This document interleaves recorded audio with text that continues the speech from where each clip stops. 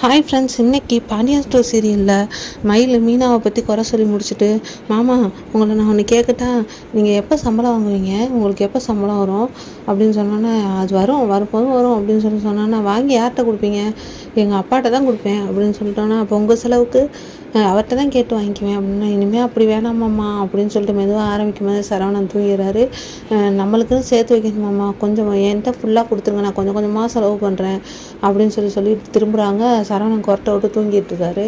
அதை பார்த்தோன்னா கடுப்பான மயில், தூக்குறீங்களா தூங்குங்க அப்படின்னு சொல்லிட்டு அப்படியே கடுப்பாகி படுத்துடுறாங்க. மீனாவும் செந்திலும் பேசிகிட்டு இருக்காங்க. அப்போ கதிர் ராஜியை பற்றி பேசுகிறாங்க. பிடிக்காத கல்யாணமாக இருந்தாலும் பரவாயில்ல, 2 பேரும் நல்லாவே புரிஞ்சுக்கிட்டாங்க அப்படின்னு சொல்லி மீனா சொன்னேன். என்ன பிடிக்காத கல்யாணமா அப்படின்னு செந்தில் கேட்குறாரு. உடனே மீனா சமாளிக்கிறாங்க. இல்லை மாமாவுக்கு பிடிக்காத கல்யாணம் இல்லை, அதை சொன்னேன். ஆமாம் அவனும் நல்லாவே பார்த்துக்கிறான் பொண்டாட்டி அப்படின்னு சொல்லி செந்தில் சொல்கிறாரு.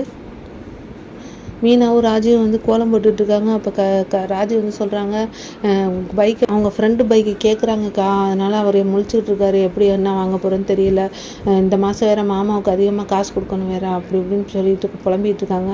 இப்போ என்ன ராஜி பண்ணுறது அப்படின்னா, நாம தான் ஏதாவது பண்ணணுக்கா அப்படின்னு சொன்னால், நாமலாம் அப்படி முடிக்கிறாங்க மீனா. நாம இல்லை நான் தான் ஏதாவது செய்யணும் அப்படின்னு சொன்னோன்னே, எனக்கு தெரிஞ்ச ஒரு டியூஷன் எடுக்கிறியா நீ, ஹோம் டியூஷன் எடுக்கணும் அப்படின்னு சொன்னோன்னே, மறுபடியுமா அப்படின்ட்டு நீ மாமாட்ட கேளு அப்படின்னு சொல்கிறாங்க மீனா.